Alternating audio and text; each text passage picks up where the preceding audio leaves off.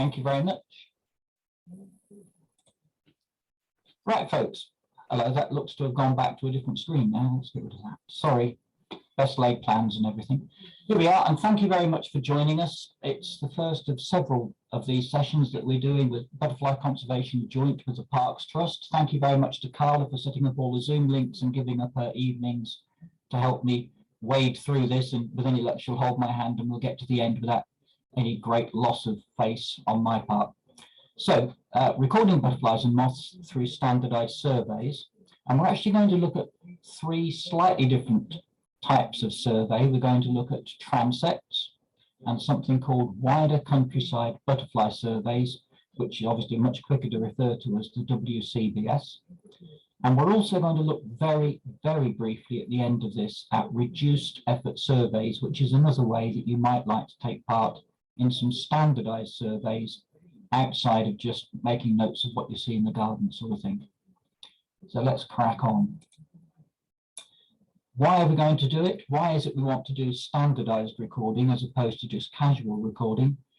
Because the data from a standardised research of any sort can be used for real science, and it is used. All the data that's collected by the UKBMS through these standardised surveys is used to inform both our science and our conservation action, but also the government's and even the EU's conservation work, because it probably won't surprise you to learn that we do an awful lot more recording of butterflies, systematically recording butterflies in this country than they do in most of the EU.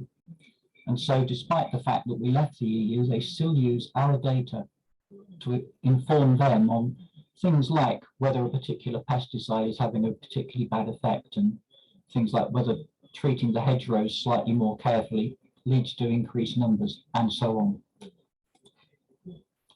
If you wanted to, you could go onto the website and you could look at pages and pages of stuff. You might find, perhaps slightly confusingly, that sometimes it's referred to as pollard walk.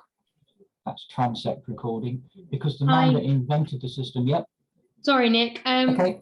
I was waiting for your screen to change, and I think we're not seeing your presenting screen. Right. Well, it should have changed 3 times. Yep. Okay.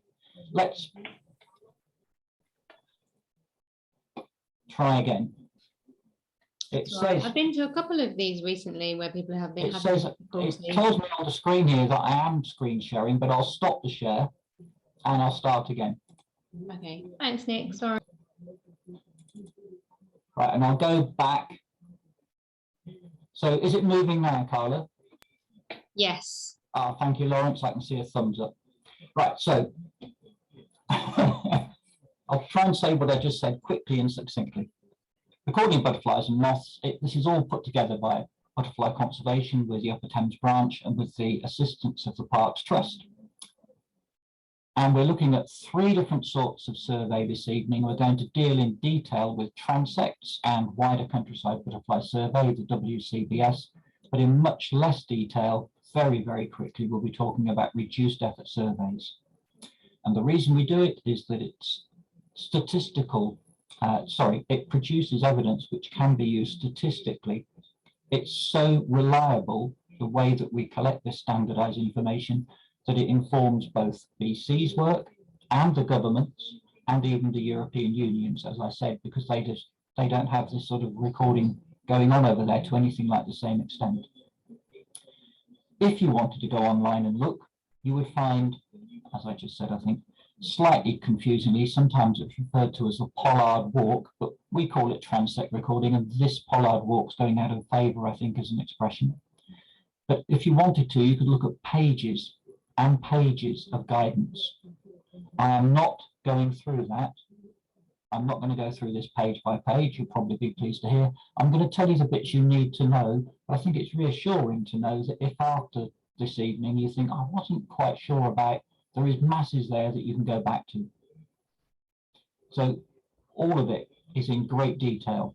And in fact, I was on a talk the other evening from the Bumblebee Conservation Trust, and they were saying how good it is that their standardized transect walks don't have this amount of detail because it's a lot to remember.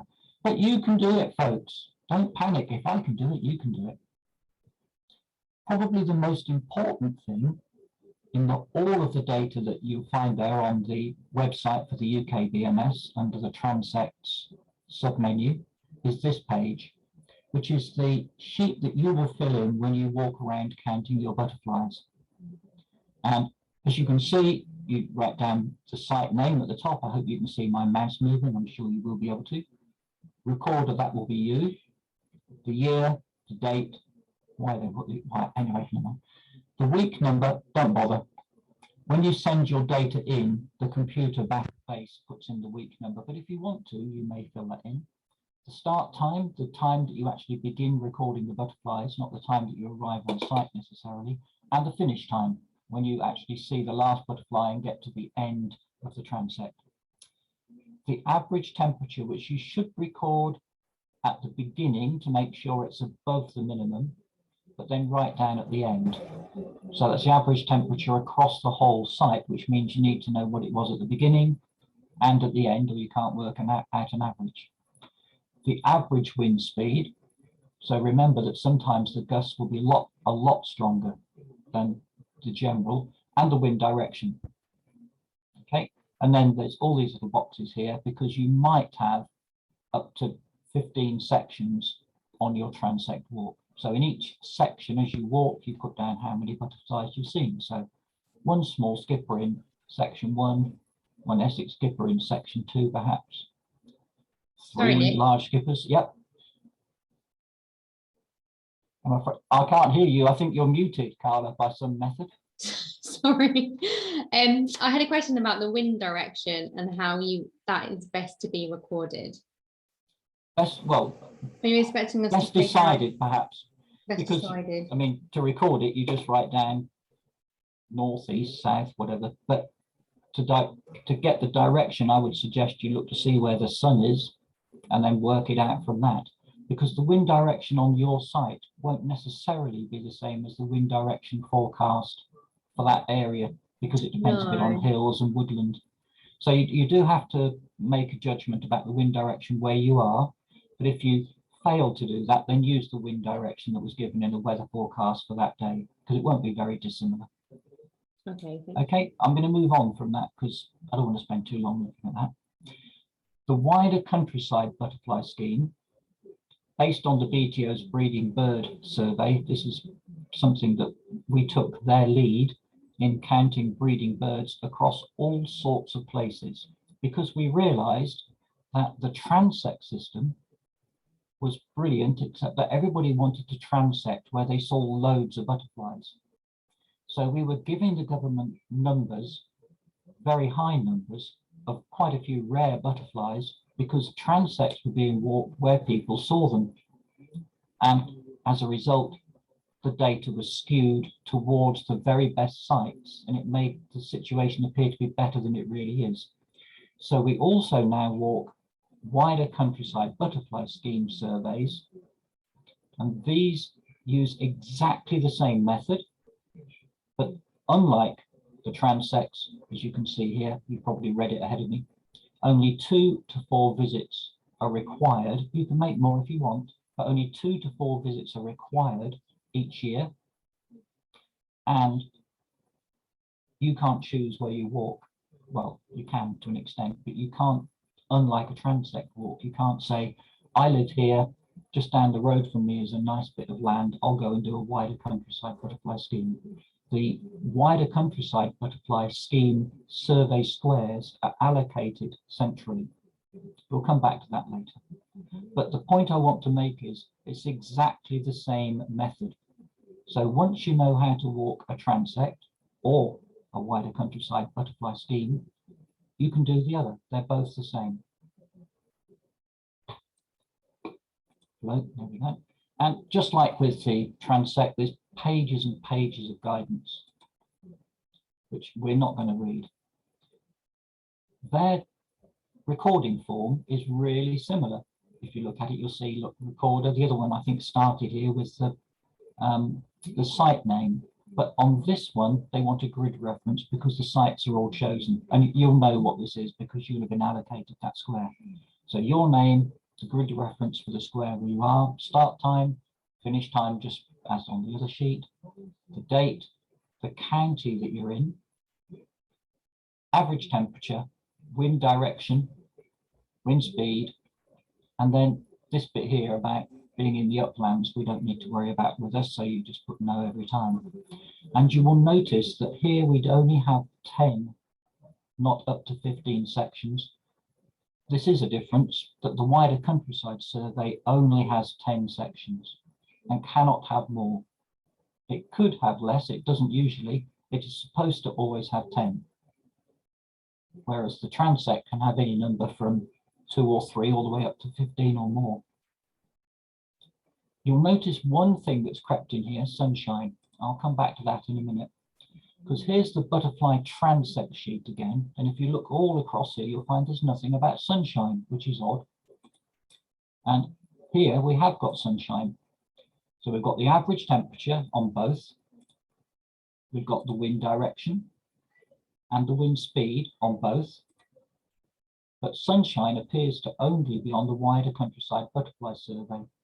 And that's because, for reasons that are beyond me, if you look at the very bottom of the Transect sheet, so this bit that's just popped up here now, sunshine, look, is at the bottom on that sheet. And this catches people out time after time.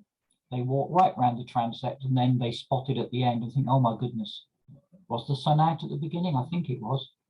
So just draw to your attention that the wider countryside butterfly scheme, to go back,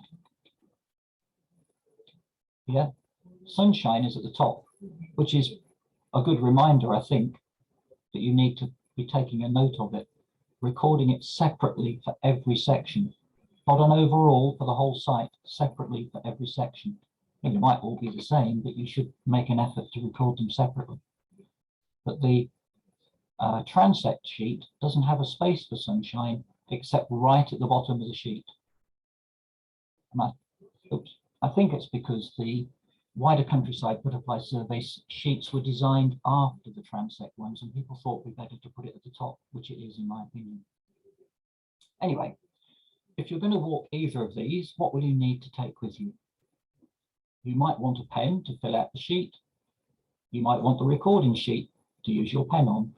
You could, though, you're not advised to do this. You are advised to take the proper recording sheet, but then you need something like a clipboard to put it on, which is a bit cumbersome.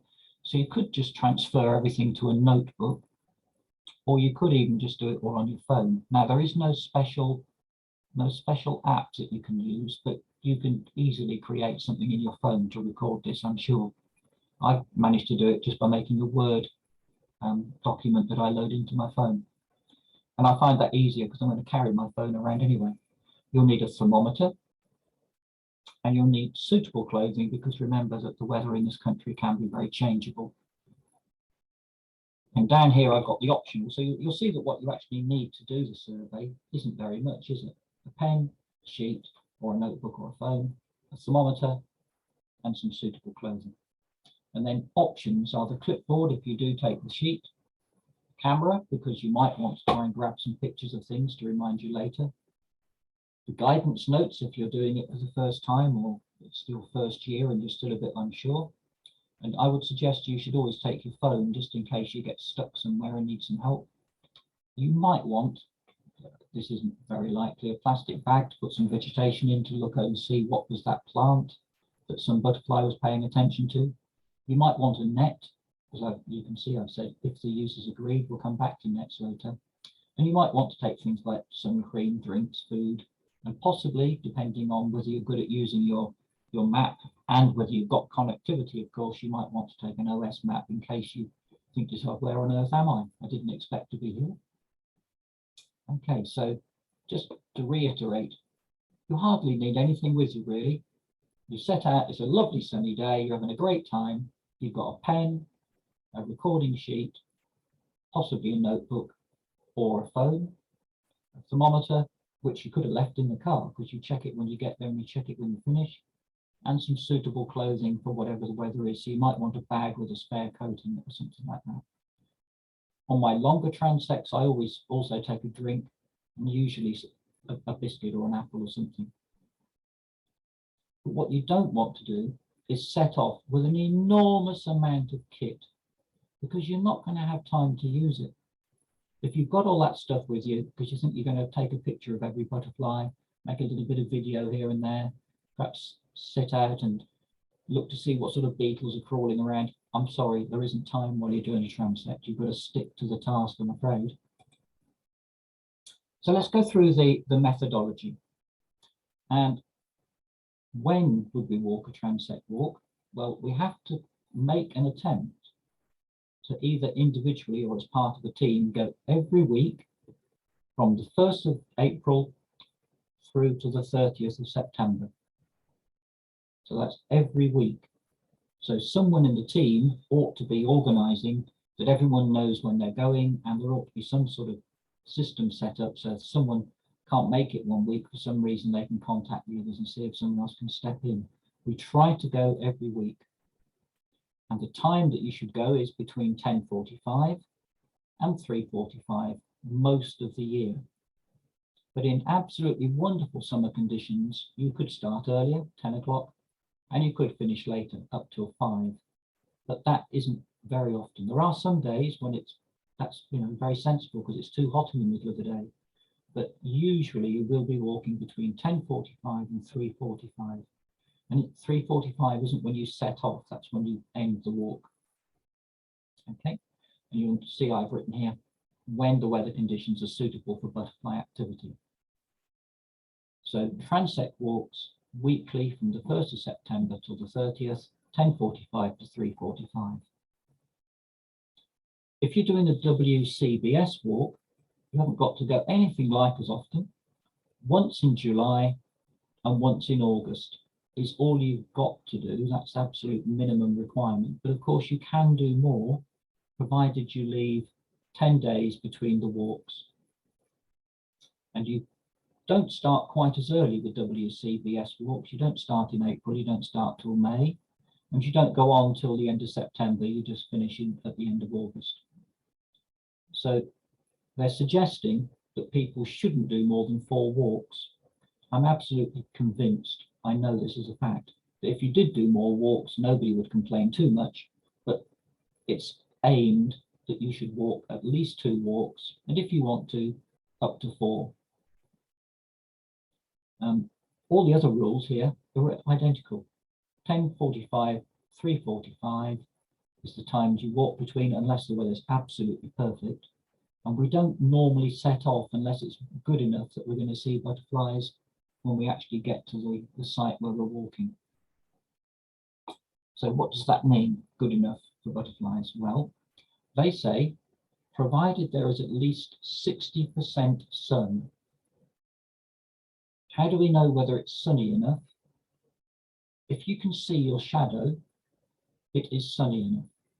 So if you raise one of your feet slightly above the floor and you're not stood in the shade of a tree, if you raise one of your feet slightly above the floor and you can see a shadow underneath it, that's sunny enough. And if that sunny enough condition persists for at least 60% of the time, then you can walk. So it doesn't mean that 60% of the sky is clear of cloud. It doesn't mean that you think it's about 60% of the maximum brightness it might be. This is 60% of the time when you can see the shadow. And obviously, therefore, 40% of the time it's cloudy and you can't. So if there's that much sun or more, you can walk if it's 13 to 17 degrees C. If it's above 17, you don't even have to worry about whether it's sunny or not, provided it isn't raining. So in the spring, when you go to sites, it's not very likely to be above 17. Remember, we're talking about shade temperatures here. That's a point that I should have made more strongly, I think. So your thermometer recording the temperature has to be in the shade. And in the spring, the temperature's perhaps 13, 14, 15 in the shade. It rarely gets above 16. So you're just interested once you've arrived and ascertained that it is 13 degrees C or slightly more, that you've got 60% of the time with some sun glimmering or shining brightly. As you get towards the summer, it will often be 17 degrees C, in which case you don't need to worry about whether the sun is out. My experience, and that of many other transect walkers, is that you often see more at 16 degrees in the sun than you see at 17 degrees in the cloud. So if you've got a choice, I would walk when it's sunny, because you will probably have a more enjoyable walk. You'll see more. And you may well notice as you walk around your transects, we tend to set off in the sun. And if you've got a long walk, the sun might go in and you see a bit less once the sun's gone in. There are fewer butterflies about. But these are the rules. So we set off with at least 60% sun, above 13, or if it's above 17, we can go even if it's cloudy, but it mustn't be raining, because that's a no-no. The other no-no, where you wouldn't even bother to set off from your house, is if you know that it's above 5 on the Beaufort scale. So this is a strong wind. We're not talking about storm force, it's not that bad, but it is a strong wind, because butterflies, many species, just won't fly if the wind is too strong. So it doesn't matter even if it's 20 degrees, you don't go out when it's above 5, and you don't go out when it's raining. Okay, what does it mean to say that we're going to walk? So we've got to our site, we've measured the temperature, it's 13, we've measured how much sun there is, we're convinced we're going to get 60% of the time with the sun shining brightly enough to count. So having decided that the wind isn't force 5, we'll come back to that. We're going to start walking at a steady pace. And if you've never walked a transect before, can I please advise you to go slowly in the spring, because you want to walk round at the same pace in the spring as you do in the midsummer. And in midsummer, when you're trying to count small skipper, Essex skipper, large skipper, meadow brown, ringlet, gatekeeper, marbled white, speckled wood, green veined white, small white, brimstone, large white, red admiral, small tortoiseshell, and so on and so on and so on, it will take you longer to fill out your paperwork as you go. And it will be more difficult to keep count if you go at the same speed as you raced around in the spring. So go slower than you think you need to in the spring, because you'll need that time in the summer. If you're in one of the really good sites and you're seeing fantastic numbers, you'll probably need to stop within your section to write down what you've seen.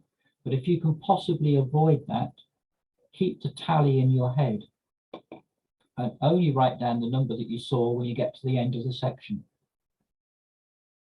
Now this is easier, I think, in the WCBS squares for 2 reasons.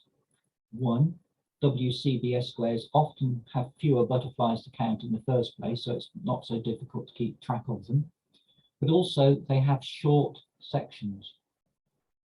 The section length in WCBS, as you see here, 200 meters long, which isn't very far. So you could well walk 2 or 3 200-meter long sections on WCBS and not see a single butterfly, which makes it easy to keep track. A lot of transects, unfortunately, because there is no limit on the size, and when people set them up, it's usually the spring, they often have very long sections, which means in the summer, you've got a lot of butterflies to memorize, or you've got to stop and write them down before you get to the section's end. But when you're setting up a new transect, it is best to think about that in the summer it's going to be tricky to remember what you've seen. So transects can have short sections. They can, just that quite often people don't give them short sections. And then a final point down here about how you're walking. I definitely think it's best to do it alone. As we do take people with us for various reasons, but if you do take somebody with you, please try not to let them help you, because that always adds to extra count. So you walk straight past something without seeing it, and the other person says, "Didn't you see that common blue there?" And it's very tempting to write it down, and when somebody points out, you just walk past it. But you shouldn't, should you? Obviously, because if you've been there on your own, you wouldn't have seen it. So you should only write down what you see, and the other person ought to do their very best to keep quiet and not tell you. Okay, Whereabouts can we walk? Well, Transect walks literally anywhere, provided you've got permission to be there.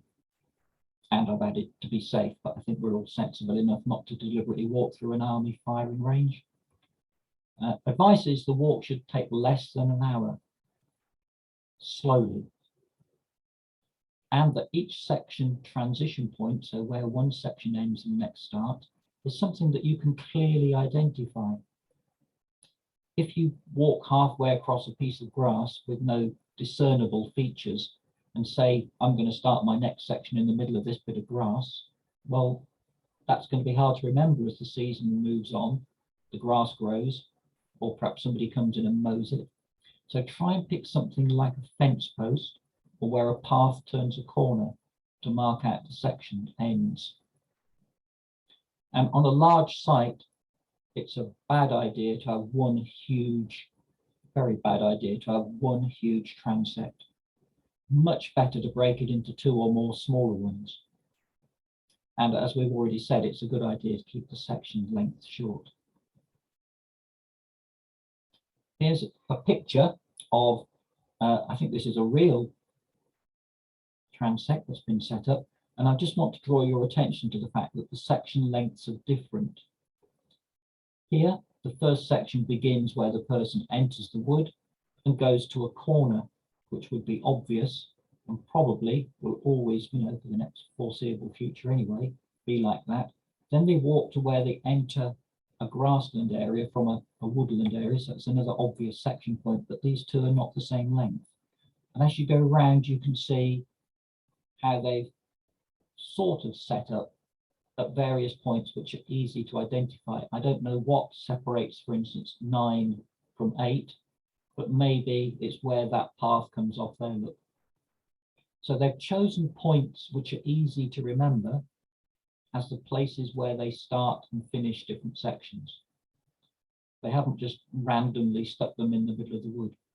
It's places that will be identifiable later. And they're all different lengths, unlike the WCBS. With a WCBS walk, you cannot walk anywhere except where butterfly conservation have put a walk. So the walks, the sites where the walks may be undertaken are already allocated. And here's a map showing where they are in the 3 counties. So this is Oxfordshire on the west, Berkshire down here, but Bucks is this bit up this side. We've got quite a few, look. And there are 3 very close to Milton Keynes, and then one over in Buckingham and so on. One of the other differences, I mentioned that WCBS has 10 sections, but one of the other differences is that whereas with a transect, as we saw on that map of Callender Park, you can have any sort of wiggly old route you like, and the sections are all different lengths. Here, every section is to be approximately 200 meters, and they're supposed to follow paths which are parallel.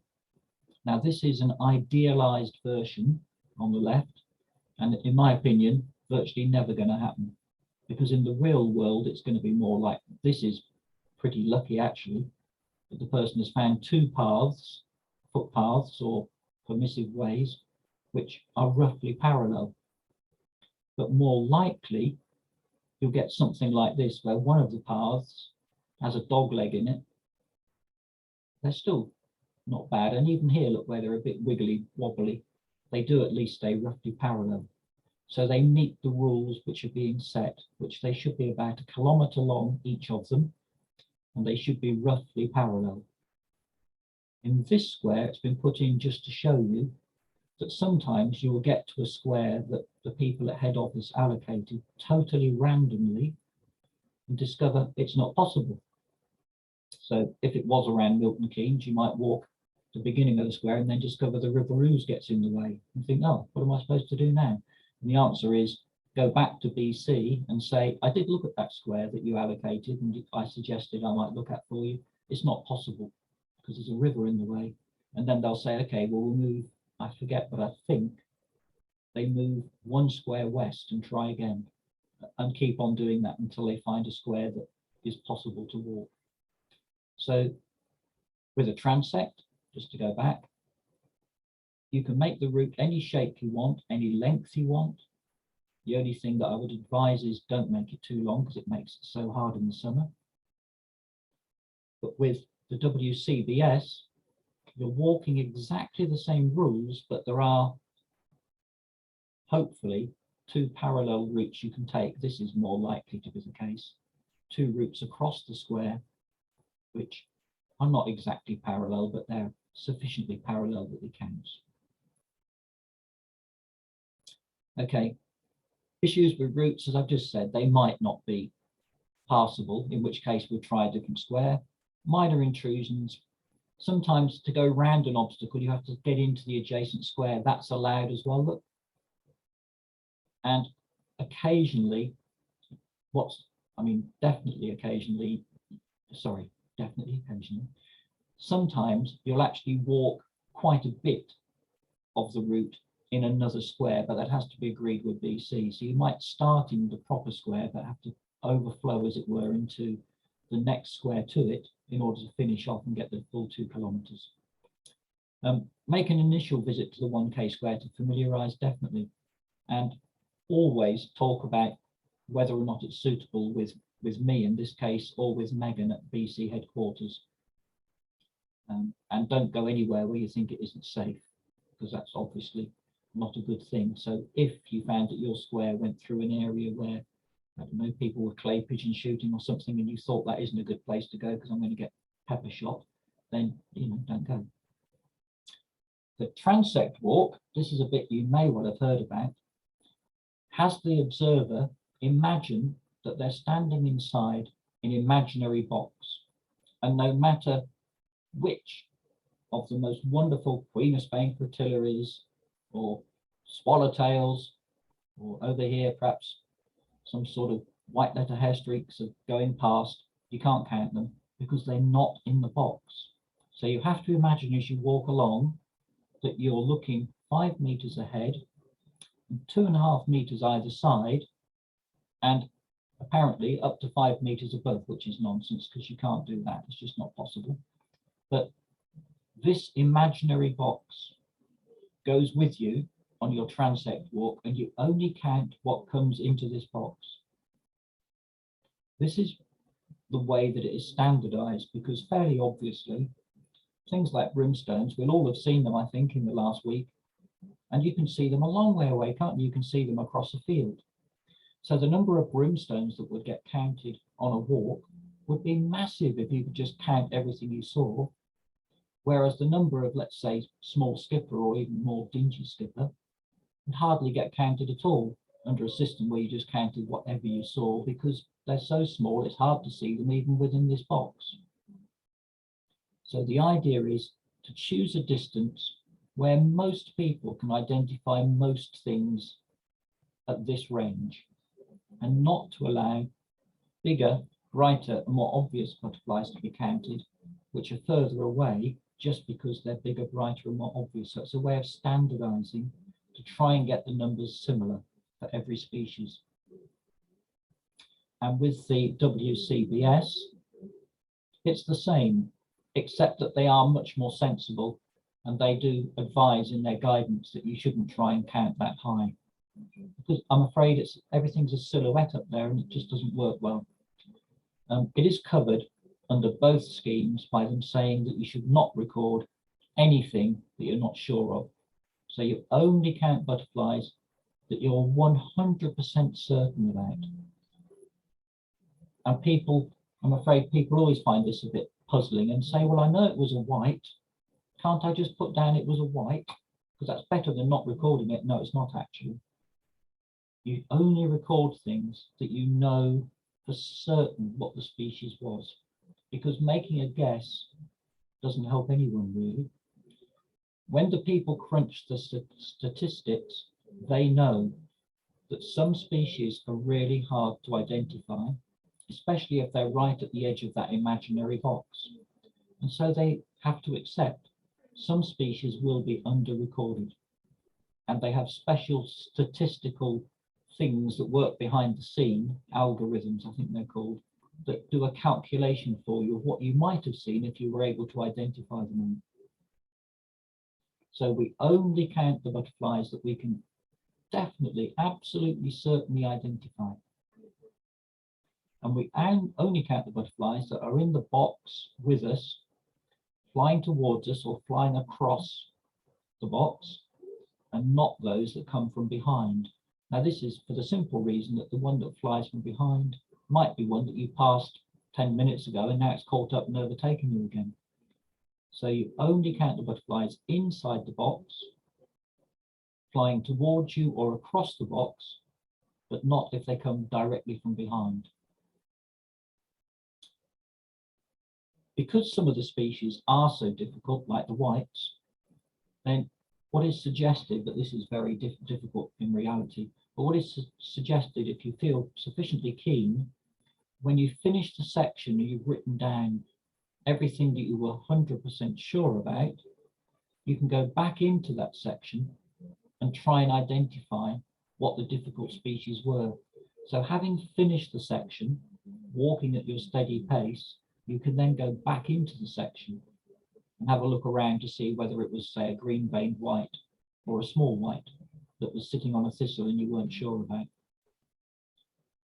This doesn't work too well with whites, in my opinion, because by the time you go back to look for them, they're gone. It works quite a lot better for Essex and small skipper because they tend to hang about a bit more, but the whites are very mobile. So it's sensible advice that if you wish to, you can go back and try to estimate from a sample, captured as they say, because you could capture them with a net if you've got permission, quickly check them and let them go again. But very often this isn't feasible because the species you weren't sure about, when you go back to where you saw them, they're not there anymore, so that makes it very difficult. And a single recorder provides the most reliable transect data. This is slightly different to my point about walk around on your own. What I'm saying here is that each of us has our own slight foibles, and the distance that I will feel safe recording to my left and my right and in front of me might be different from the distance that you will feel quite safe saying it's 100% certain that's a particular butterfly. So we all walk in slightly different ways. That doesn't matter, because every time that you record, and hopefully you're going to be recording for years, your data is recorded in the same way. And as the records build up year after year after year, with the literally thousands of people who are doing this, all those little idiosyncrasies that we've got, each of us, they get ruled out, they get smoothed out by the sheer number of bits of data. So some people might be able to tell Essex and small skipper at a greater distance than me, but that doesn't matter because over the years, the whole lot gets smoothed out and the sheer weight of data eliminates any small recorder bias. But if you're looking at the data for a single site over 5 years, because let's say in year 2, you change the management and you want to look back and see, well, there were 2 years of data before we changed the management, 3 years of data since, let's see whether we can spot any difference in the way the butterflies responded to that change in management on this one site.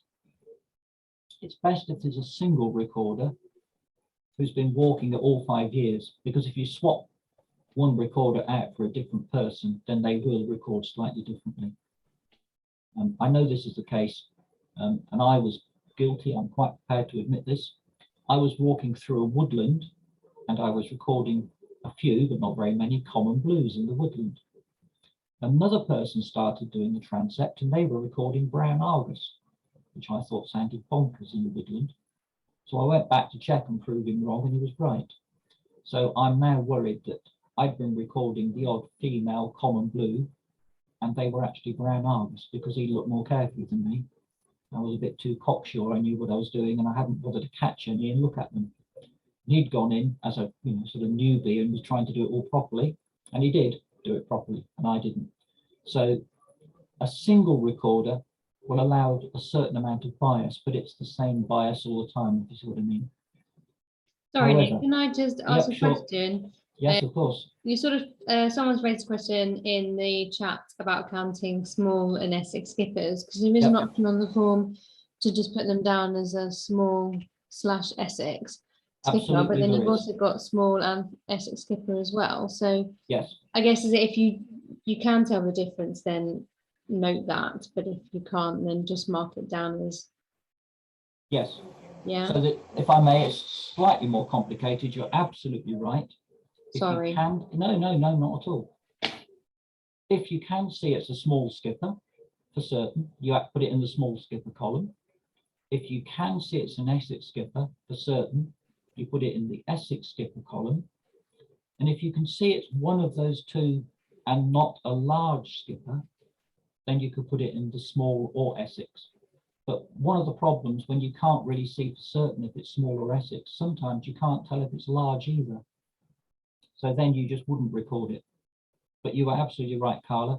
You record them when you can as accurately as possible, but there will always be some which you won't know because you just get a glimpse of them, enough to see that it isn't large skipper, but while you're walking towards it, perhaps to check its antennal tips, it zips away and you don't see it again.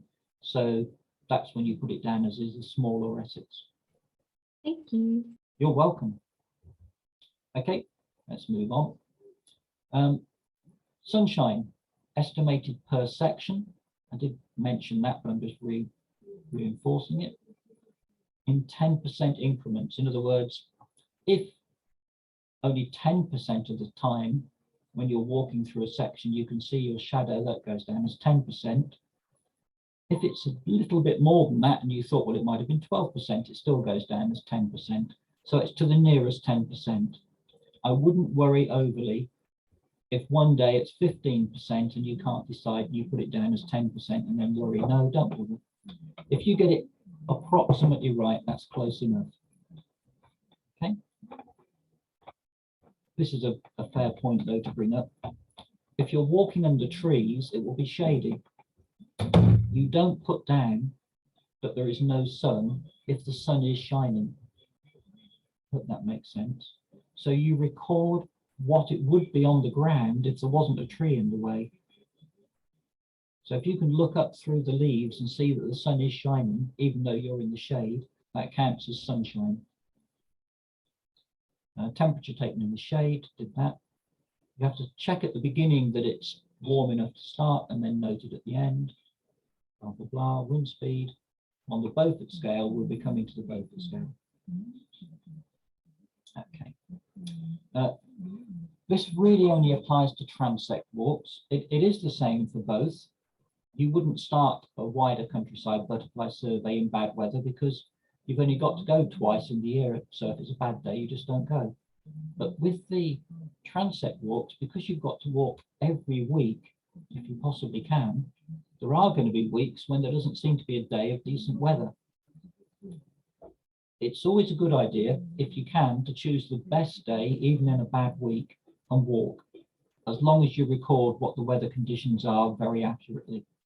The computer can deal with it, and it might decide to reject your data because the weather was just too bad. Better to do that than not walk at all. But if it really is appalling every day, and at least one week in May last year, there wasn't a decent day all week. Nobody walked it really. I mean, a few people might have walked it and recorded. They didn't see anything because it was so horrible. But the computer doesn't mind too much when it comes to work out what's been going on if there are some weeks which are completely missing. Because the computer will use counts from other parts of the country and from previous years to make an estimate of what would have been seen that week, based on what you saw the week before and the week after the week that was missed. However, if you get consecutive weeks which fail the standard of being 13 degrees C, 60% sun and low wind speeds, then that is going to cause trouble. So as I said, it's always best, even if the weather's a bit rubbish, but it's the best day of the week, better to walk it than not. Because if several weeks, in fact it is 3 weeks, if 3 weeks consecutively are missed, then I'm afraid that the statistics for the whole of that season are going to be damaged. It won't be completely useless, but they will be a lot less useful. So missing 1 week isn't a big problem. Missing 2 weeks can be a bit of an issue, but it isn't dreadful. Missing 3 consecutive weeks is a really big problem. So it's better to go out and walk, even though the weather isn't very good, if it's the best day of the week. And as I put here, especially if it's sunny. It's surprising how often butterflies are really quite obvious in sunny weather, even though according to your thermometer, it's too cold. Okay. As I said, this doesn't really apply to the wider countryside butterfly surveys because you're not forced to go out every week there, so it doesn't matter if you miss a week completely. Now, the bit about missing data, I'll just go through this very quickly. Here's some data that someone collected. You probably can't see very well, but some of these columns are just noughts, and some of them, look here, there's nothing at all, nobody went. But what the computer will do is it will say, well, we can estimate the numbers from the data either side, and we can fill in what would have been seen. So that, which was the real data, becomes this when the computer estimates what would have been there based on previous years at that site. So it's just a way of producing some data despite the gaps. So I'm just trying to reassure you, if you're supposed to be walking and the weather is absolutely appalling all week, 1 or 2 weeks are not crucial. The computer can make allowances for it. Okay, so Transect and WCBS have got an awful lot of things in common, and they are that you're going to walk a fixed route, one that's been laid out and everyone knows where it goes. It's marked on a map and held at the UKBMS. You're going to walk it at a slow, steady speed. You're only identifying and recording the butterflies that you see inside a 5-meter square box. Everything else, you might well want to make a note of it just for your own interest, but you don't record it on the form. You only count the butterflies that you can identify with real certainty. No guesses, please. No, well, it must have been that because what else could it have been? Only those that you're absolutely certain. We only count when it's appropriate weather. Although, as I just said, if you've already had a couple of bad weeks, and this is the 3rd week of bad weather, you might want to go out anyway and record, but make sure you record the fact very clearly that it was bad weather. And only count between certain times, 10:45, 3:45, unless it's very warm. Make sure the weather conditions are recorded at the time. So I have occasionally had people ring me up and ask me if I remember what the weather was like last Thursday, because they forgot to fill in their sheet when they were out. And that's not very good because my memory doesn't even work for last week, any of the weather at all, let alone asking for a specific day. And then register and upload to the UKBMS as quickly as you can after you've collected it, please, because the sooner the data comes in, the better able we are to see that everywhere that we think people is walking is being covered. If we get a month or 6 weeks with no data from a particular site, then it rings little alarm bells about perhaps the person who's supposed to be walking it is ill, and for some reason they can't tell us, and then we have to try and find out what the problem is, what help they need to restart the walking. The differences are the difference between the Transect and the WCBS. The minimum number of walks for a Transect is supposed to be 26, once a week for 26 weeks. And the minimum number for WCBS is a much more moderate 2. The Transect walks have a longer time period. They begin on the 1st of April. You can, if you want, begin in March, but they definitely begin on the 1st of April and they go on till September. And again, if you wanted, you could continue into October. WCBS, you only need to go once in July and once in August, but you could, if you want, start in May and add in a couple of walks in addition to the ones in July and August.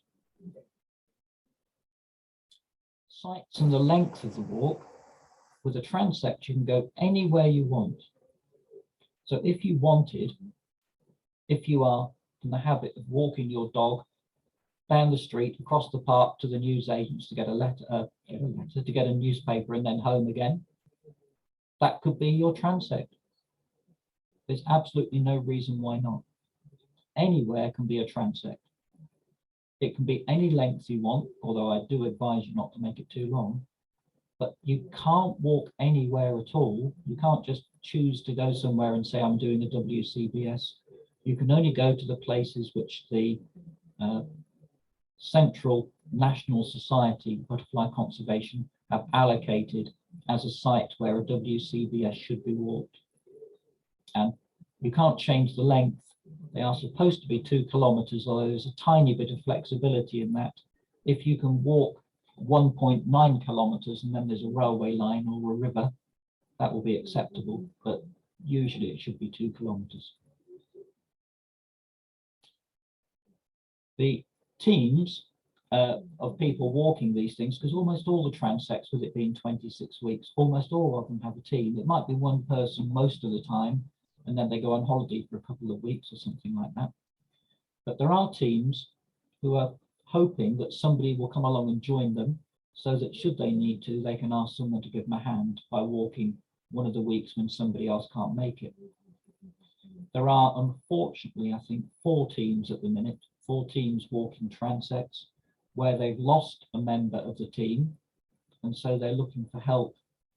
That's once a month, so every month. They want somebody to walk once in April, once in May, once in June, and so on. And we have a coordinator, Mark Chapman.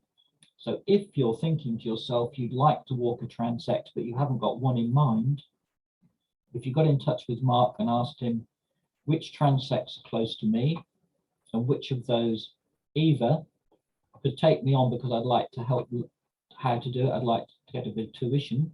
I should say willing, not whiling. Anyway, transects where they might need some help with covering gaps, and where they really do need a lot of help. So he can help you with this, and if you were to express interest, Mark would not assume that he can badger you into doing something you don't want to. He's very, very reasonable man. So if you said, Mark, I'm interested to walk a transect with somebody, I've never done it before, I just want to walk around and see what it's like, he would put you with somebody who would help you to give it a go, and there'd be no obligation. But it might be that you, after doing that, you'd say, well, I could perhaps help out, do a week somewhere. Or you might feel even bolder and say, I'll join the team on a permanent basis and fill in a gap. So where are these transects that need some help? So I'm starting in Berkshire, which might be a long way away from Milton Keynes, but it could well be that there are people listening to this soon who are in the Berkshire area, even though we're launching this talk from the Parks Trust Zoom account. So down in Berkshire, Moorcroft, Miriamscroft and Bradfield, which are all very similarly here, just to the west of Reading, they need some help. They also need some help down at Wildmoor Heath. This transect down here, which has got grayling and silver-studded blue, so it's a surprise to me actually that they're having trouble recruiting someone. They lost a member of their transect team. They're looking for a new replacement person. And then up here at Maidenhead Thicket, I put that in because it's a site where the National Trust have said if anybody wants to come along and learn, they'd be very happy to take them around with them and show them the ropes. So these 3 transects down here need a little bit of help. Wildmoor Heath needs a bit more help, which is amazing because it's such a good site. I thought they'd be having people easily, I thought they'd find people quite easily for that. Maidenhead Thicket have said if somebody wants to come along, we'll help to teach them how to do it. In Buckinghamshire, which this map's a bit dreadful, sorry, but up here we've got Milton Keynes. There are several transects up here that could use a bit of help, but also I'm fairly sure Carla can tell us in a bit, fairly sure there will also be walks up here where people could be taken along and shown what's done by those already walking. So I should think they could get a bit of tuition if you just want to go along and try it out. At Brill, they need one more person to make this team stronger. So they can cover it this year if they've got to without the extra help, but they'd like someone along so that they can, first of all, teach them the route and then hope that they can rely on them to do perhaps 1 or 2 when people are away in the summer. This site at Cheshire Boys, I think it's pronounced Boys, anyway, Cheshire Boys, we're going to call it that, is a site where they want to start a survey this year. So if you live in this area and you fancy going in, you could practice your transect walking, but it won't be a case of going every week for 26 weeks, because it's just an initial survey to see if it's worth setting up a transect. Okay, that's Bucks. And then Oxfordshire, for some reason, there's quite a lot more holes. So starting up here in the north, we've got Whitecross Greenwood, which many of you will know is sort of nationally famous for its Hare Street butterflies, but they need someone to help fill in a gap. And Waterperry Wood, similarly. And Shavington Woods actually has 2 transects within it, and they could help someone who wants to come out and learn how to do it. So they're willing to help train someone up. So if you live in this area, that's a reasonably good place to think about. The Oxfordshire Golf Club, they're coping, but they would like an extra person to spell them if anyone had a week when they couldn't manage. So that's not a big commitment, but they'd like a little bit of help. Little Whittenham, Crowmast Riverside, and 3 other transects in this area were all set up by the Centre for Ecology and Hydrology. And they set it up at a time when these government scientists, so they were employed to do this, they set it up when they had a lot of time that they could use for doing surveys. Unfortunately, their job descriptions have changed a bit. They've got a lot more desk work these days, and they can no longer commit to getting there every 26 weeks of the year. So they're looking for help on 5 different transects that were set up here, where they're still walking them, but they can't make every week. So if you live in this area, and indeed one of our training days is going to be down there, I'll come to that later. And over at the very far southwest of Oxfordshire, at Ashdown, which is a National Trust site, and Whitehorse Hill, both these transects could do with some help. So they don't need a lot of commitment, but they do need a bit of help. Okay. Now the wider countryside butterfly squares, this table in front of you, I do not expect you to be able to read it, but just to say that what's in red is where there are squares that no one has adopted. So you can see it's about half the squares. Nobody is taking those on at the minute. And of the other squares, if you look over this side, you'll see I've got a few with question marks, because people told us last year that they were willing to walk those squares, but then when it actually came to putting the data in last Christmas, perhaps just before that, they said to us they were sorry they hadn't done it, but they were going to try this year. Obviously, because of their, I don't want to be rude, some of them might be listening in now, but because they didn't do it last year, we're hoping that we can find another person to walk it as well, so that if for some reason or another they fail again this year, there's a backup. Okay. All the ones that say adopted, obviously someone is walking it and recording it. But just to make a bit more sense of it, this might help. The red dots, so we've Oxfordshire, Berkshire, and then Buckinghamshire. Quite a lot up here in the north of Buxley. These are sites which have been allocated by BC. The red ones are ones which nobody is recording the data. Well, they didn't in 2021. This map might make a bit more sense. I'll go back to the other one in a second. So if you get your eye in, there's Milton Keynes, look, Oxford. Whitney must be over here somewhere. I can't see it, should be able to. Oh, there it is, right underneath my mouse. Down here, we've got Swindon just off the map, Newbury, Reading, Slough, and so on. So that's where all the squares are. So if I go back, so the red ones, this one is reasonably close to, not all that far from Aylesbury, really, which is just to the side here. This one's at a place called, I don't know if anyone knows it. Over here, we're pretty much away from everything. These are around Carterton, I think. And here between Newbury and Hungerford. So these are quite, let's go back to where there are some places. So you can perhaps match them up. So that one down the bottom there, look, is just north of Newbury on the way to the M4.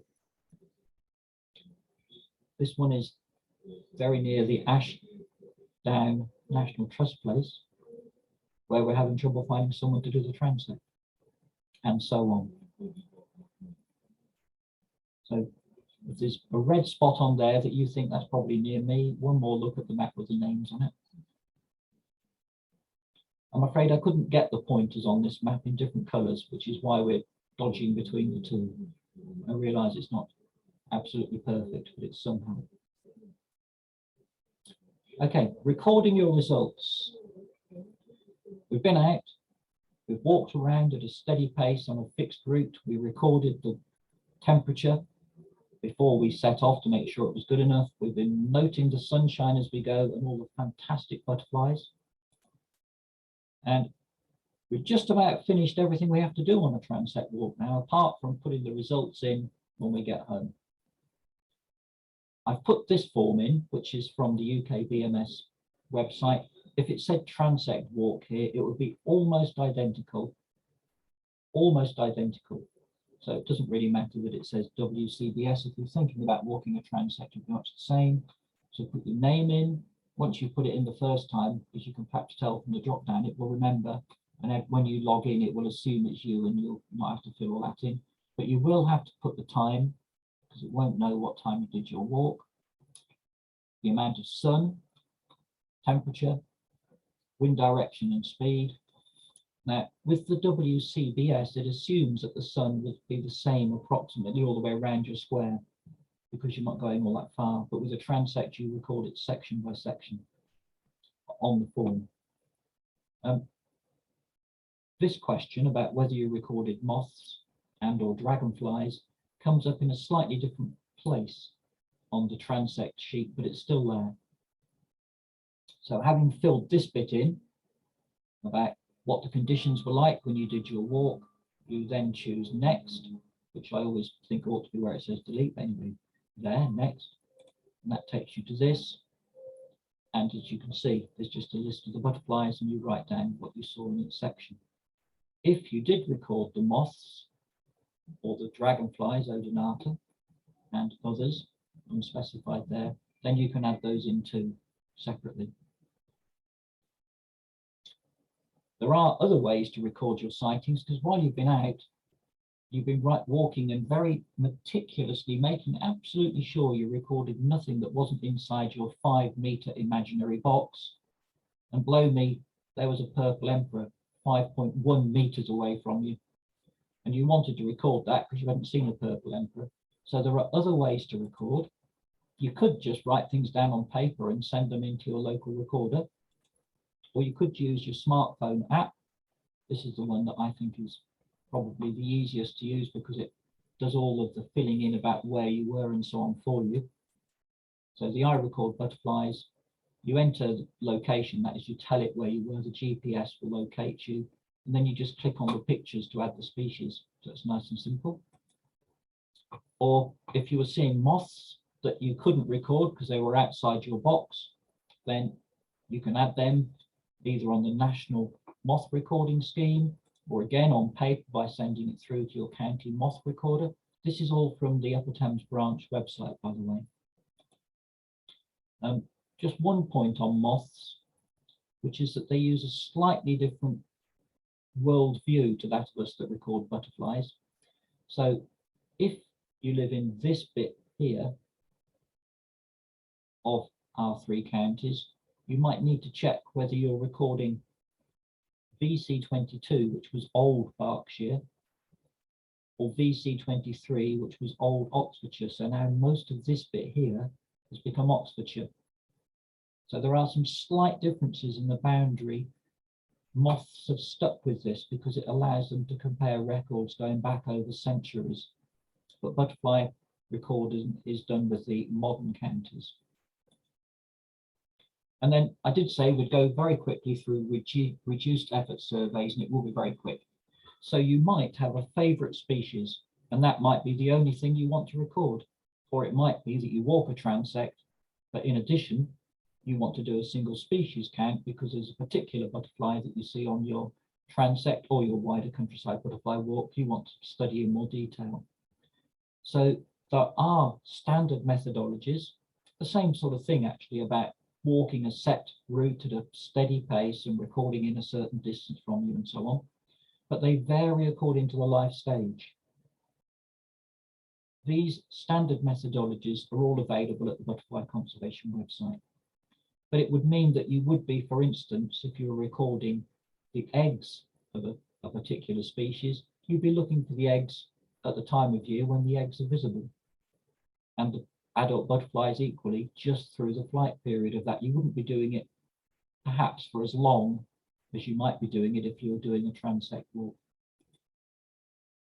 So within the Upper Thames, we do have dedicated egg searches, particularly for brown hairstreak eggs.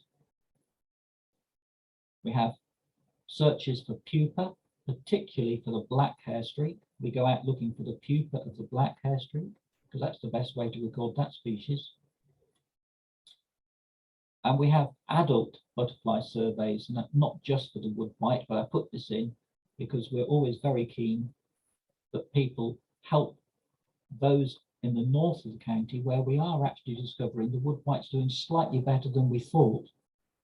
But an awful lot of people tell us anecdotally, oh yeah, I saw a wood white, can't remember precisely when it was. We need all those records collected. So if you wanted to help each of our key species, have a person who is nominated to try and coordinate the effort to look for them. So if you wanted to help out with any of our key species, get in touch through the Upper Thames Branch website and find out how we go about surveying that species. Okay, I'm rounding up now. If your patience is wearing thin, well done, you've survived the course. We're on the very much the homeward leg now. Remember that all this, apart from, in my opinion, being really enjoyable, and I thoroughly benefit from going out and counting all these butterflies and moths and things, it makes me feel much better. But in addition, all the evidence that we collect goes into such important publications, and it changes government policy. It definitely does. So it's well worth it.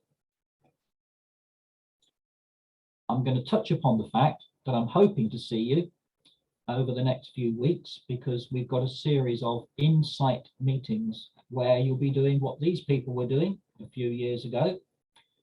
You'll notice it's a nice sunny day. We don't do things. The Upper Thames Branch have a policy. We only do stuff when the weather's brilliant, because it's disappointing otherwise. But you won't be looking for butterflies, I'm afraid, on these courses. Well, you will probably. But what I mean to say is we're expecting you to be looking for coloured pegs. So we're going to set up a pretend butterfly section, transect section, and you'll be looking for coloured pegs that will represent the butterflies you might see if it was the summer. So when we arrive on site, we'll first of all ask you to fill out a form and tell us where it is you hope to be recording. Then we'll give you a printed sheet like the one I showed you at the very beginning, and you'll fill it in according to what you think the weather's like, and then we'll discuss for all those people who said that it was 20 degrees, which planet they're living in, and things like that. Then we'll go on and we'll actually do a walk where you'll be walking at a steady pace and spotting coloured pegs that represent butterflies. And it'll be down to you to decide whether they are inside or outside this imaginary 5-metre box. So I will have cunningly set it up before you get there, and there will be some pegs inside.